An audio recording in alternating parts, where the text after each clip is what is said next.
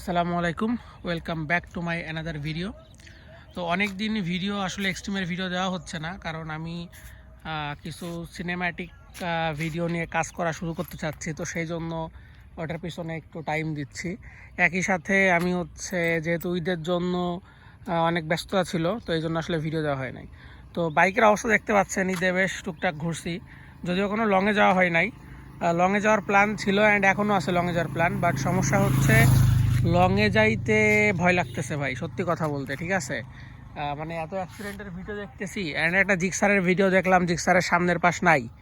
তো এই জন্য লংয়ে যাইতে একটু ভয় লাগতেছে, কারণ আসলে গাড়ি চালানো, আমি তো আমার যথাসাধ্য চেষ্টা করব, কিন্তু গাড়ি চালানোটা শুধু তো নিজের উপরে নির্ভর করে না, সামনে যে আছে তার উপরেও নির্ভর করে।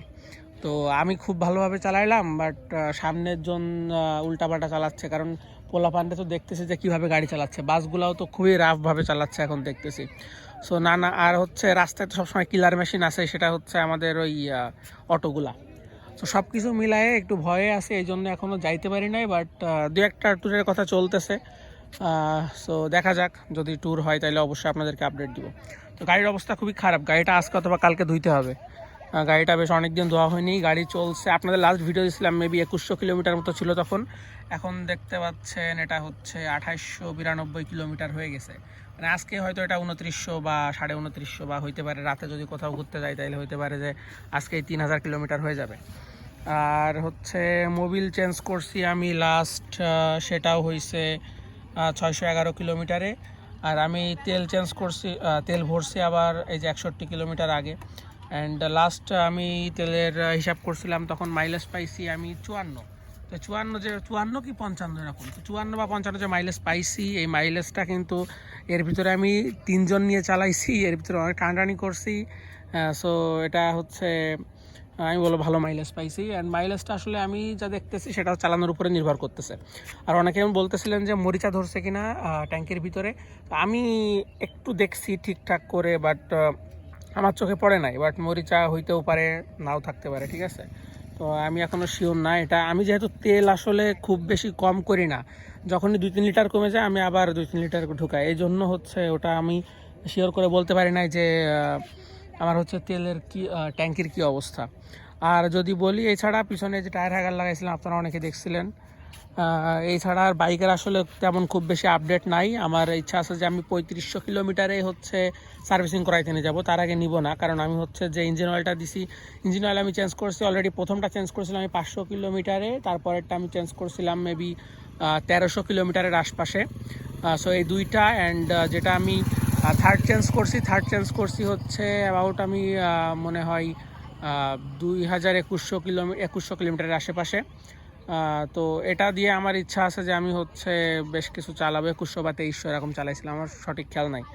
তো এটা আমার ইচ্ছা আছে আমি যে কমপক্ষে 3400-3500 কিলো এটা আমি চালাবো, ঠিক আছে। 3400-3500 পর্যন্ত, তারপর আমি সার্ভিসটা দিব। তো এখন আমি 300-400 কিলো চালাবো। তো আমি যদি কয়েকটা প্ল্যান আছে, একটা আছে খুলনা ভার্সিটি যাওয়ার। তো আমার এখান থেকে খুলনা ভার্সিটি যাইতে আসতে প্রায় 200 কিলো মতো হয়ে যাবে। আবার যদি মাওয়া যাওয়ার একটা কথা চলতেছে, যদি মাওয়া যাওয়া হয় তাইলে ওই ক্ষেত্রে তো আমার যাওয়া আসা দিয়ে প্রায় 300 কিলো মতো হয়ে যাবে।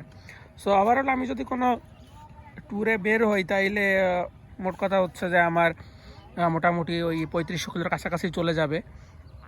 তো এই বাইকের মোটামুটি আপডেট। অ্যান্ড বাইক আমি ভাই যথেষ্ট স্যাটিসফাইড। দু একটা ছোটোখাটো ইস্যু ছাড়া, যেমন স্টার্ট বন্ধ হওয়া আমার ফার্স্টের দিকে খুবই কম হইতো, বাট এখন মোটামুটি বন্ধ হয়। অ্যান্ড যখন আমি ডাবলে থাকি বা ভাঙাচোরা রাস্তায় যাই, ভিড়ের ভিতরে যাই, তখনই ভাই বন্ধটা বেশি হয়। অ্যান্ড এই বন্ধ হওয়ার মেন কারণ ভাই দুইটা। একটা ক্লাচের অ্যাডজাস্টমেন্ট, ভাই ক্লাচটা একটু ঝামেলা করে। আর আরেকটা বিষয় যে এই যে থ্রটলটা যখন আইডল আরপিএমে থাকে তখন খুবই কম থাকে, এই জন্য হালকা একটু যখনই ক্লাচ ছাড়া পড়ে তখনই বন্ধ হয়ে যায়। তো এই থ্রটলটা যদি আপনি কন্ট্রোল করতে পারেন ঠিকভাবে বাইক অনুযায়ী, আর যদি আপনি ক্লাচটা কন্ট্রোল করতে পারেন, তাহলে স্টার্ট বন্ধ হবে না। আরেকটা বিষয় ভাই, এই গাড়ির ক্লাচটা ভাই খুবই শক্ত।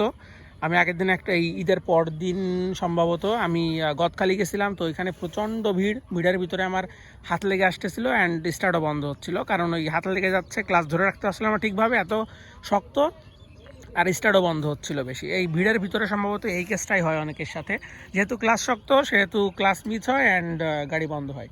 সো ওভারঅল এই ছিল আজকের ভিডিওটি সম্পূর্ণ দেখার জন্য সকলকে ধন্যবাদ। আবারও আসবো নতুন কোনো ভিডিও নিয়ে। আসসালামু আলাইকুম।